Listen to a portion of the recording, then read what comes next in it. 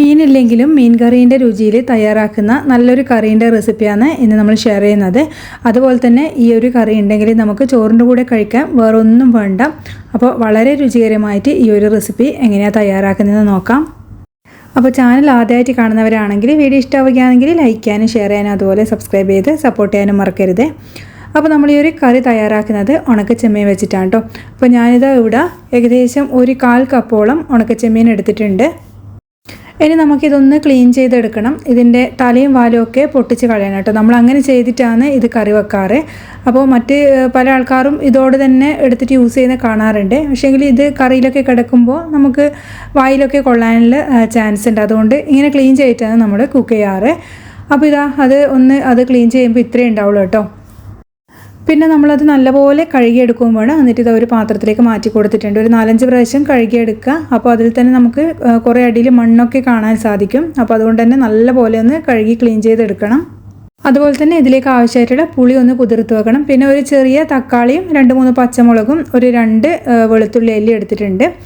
നമുക്ക് കറി ഉണ്ടാക്കാൻ തുടങ്ങാം. നമ്മളിതാ ഈ ഒരു ചട്ടിയിലാണ് നമ്മളിതൊക്കെ പാചകം ചെയ്തെടുക്കുന്നത്. അപ്പോൾ ഇതുപോലുള്ള കറിയൊക്കെ തയ്യാറാക്കുമ്പോൾ ഇതുപോലുള്ള ചട്ടിയിൽ വെക്കുമ്പോൾ നല്ല ടേസ്റ്റാണ്.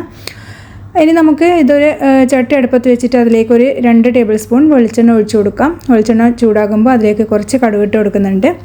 അതുപോലെ തന്നെ കടുക് പൊട്ടി വന്നതിന് ശേഷം നമ്മളിതിലേക്ക് ചേർക്കുന്നത് കുറച്ച് കറിവേപ്പിലയാണ്. അതുപോലെ തന്നെ നമ്മൾ നേരത്തെ അരിഞ്ഞു വെച്ച പച്ചമുളകും അതുപോലെ തക്കാളിയും ചേർത്ത് കൊടുക്കാം. ഇനി ചെറിയ ഫ്ലെയിമിൽ തീ വെച്ചതിന് ശേഷം നമുക്കിതൊന്ന് നല്ലോണം ഒന്ന് വഴറ്റിയെടുക്കണം. അതുപോലെ തന്നെ ചെറിയ ഉള്ളി ഇഷ്ടമുണ്ടെങ്കിൽ നിങ്ങൾക്ക് ചേർക്കാം കേട്ടോ. അതുപോലെ ഒരു 3-4 ചെറിയ ഉള്ളി നല്ലപോലെ തൊലിയൊക്കെ കളഞ്ഞ് വൃത്തിയാക്കിയിട്ട് ഇതിലേക്ക് ചെറുതായി അരിഞ്ഞിട്ട് ഒന്ന് വഴറ്റിയെടുക്കാം. പിന്നെ നമ്മൾ തക്കാളിയൊക്കെ ഒന്ന് പെട്ടെന്ന് വാടി കിട്ടാൻ വേണ്ടിയിട്ട് ഞാനിതിലേക്ക് ഉപ്പ് ചേർക്കുന്നുണ്ട്. അതുപോലെ ഒരു നുള്ള് മഞ്ഞൾപ്പൊടിയും ചേർക്കുന്നുണ്ട്. അപ്പോൾ തക്കാളി ഏകദേശം ഒന്ന് വാടി വരുന്ന സമയത്ത് നമ്മൾ നേരത്തെ ക്ലീൻ ചെയ്ത് വെച്ച നമ്മളെ ഉണക്കച്ചെമ്മീൻ ഇതിലേക്ക് ചേർത്ത് കൊടുക്കുന്നുണ്ട്. എന്നിട്ട് വീണ്ടും നല്ലപോലെ ഒന്ന് മിക്സ് ചെയ്ത് കൊടുക്കുന്നുണ്ട്. ഇനി ഇതിലേക്ക് ആവശ്യമായിട്ടുള്ള മുളക് പൊടി ചേർക്കാം. അപ്പോൾ നല്ലൊരു കളർ കിട്ടാൻ വേണ്ടി ഞാൻ കാശ്മീരി മുളക് പൊടി എടുത്തത് ഏകദേശം ഒരു 1-1.5 ടേബിൾ സ്പൂണോളം എടുത്തിട്ടുണ്ട്.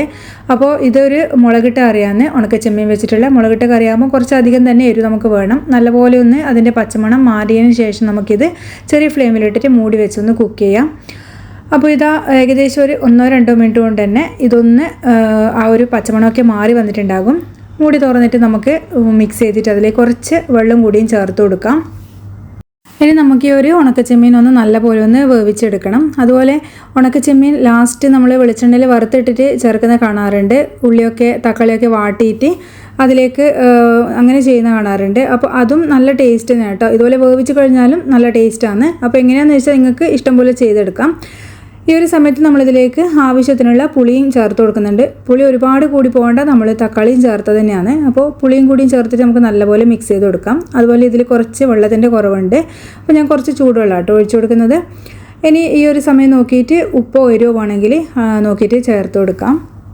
അപ്പോൾ ഇത്രയേ ഉള്ളൂ കേട്ടോ. ഇനി അധികം ചേരുവകളൊന്നും ഇതിൽ ചേർക്കേണ്ട ആവശ്യമില്ല. ഇനി നമ്മളിത് നല്ല പോലെ ഒന്ന് കുക്ക് ചെയ്തെടുക്കുക ചെയ്യുന്നത്. അതായത് നല്ല പോലെ ഒന്ന് വറ്റിച്ചെടുക്കണം. അങ്ങനെ വറ്റുമ്പോഴാണ് ഈ ഒരു കറീൻ്റെ ടേസ്റ്റ് വരുന്നത്. അപ്പോൾ ഏകദേശം ഒരു മീഡിയം ഫ്ലെയിമിലിട്ടിട്ട് 10 മിനിറ്റോളം നല്ല പോലെ നമ്മളിതൊന്ന് വറ്റിച്ചെടുക്കണം. എന്നാലേ ആ കറിക്ക് ആ ഒരു പ്രത്യേക രുചി നമുക്ക് കിട്ടുള്ളൂ.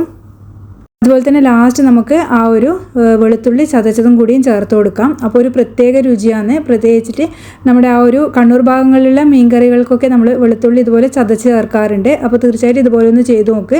നല്ലൊരു ടേസ്റ്റ് കിട്ടുകയും ചെയ്യും. അപ്പോൾ നമ്മളെ ഉണക്കച്ചെമ്മീൻ വെച്ചുള്ള കറി ഇവിടെ റെഡി ആയിട്ടുണ്ട്. അപ്പോൾ ചോറിൻ്റെ കൂടെ ഇതുപോലൊരു കറി മാത്രം മതിയാകും കേട്ടോ കഴിക്കാൻ വേണ്ടിയിട്ട്. അപ്പോൾ തീർച്ചയായിട്ടും ഇതുപോലെ ഒന്ന് ട്രൈ ചെയ്ത് നോക്കാം. അപ്പോൾ ഇത് ചട്ടിയിലിരുന്നിട്ട് വീണ്ടും കുറച്ചും കൂടി നല്ലോണം വറ്റും. അപ്പോൾ ഒരു അച്ചാറാന്നോ കറിയാണെന്നോ പോലും പറയാൻ പറ്റാത്തൊരവസ്ഥയിലാണ് ഇതുള്ളത്. അപ്പോൾ അങ്ങനെ ആകുമ്പോഴാണ് കേട്ടോ ഈ കറിക്ക് ടേസ്റ്റ് ഉള്ളത്. അപ്പോൾ ട്രൈ ചെയ്തിട്ട് ഫീഡ്ബാക്ക് പറയാൻ മറക്കരുത്. ഇനി അടുത്ത വീഡിയോയിൽ നമുക്ക് വീണ്ടും കാണാം. താങ്ക്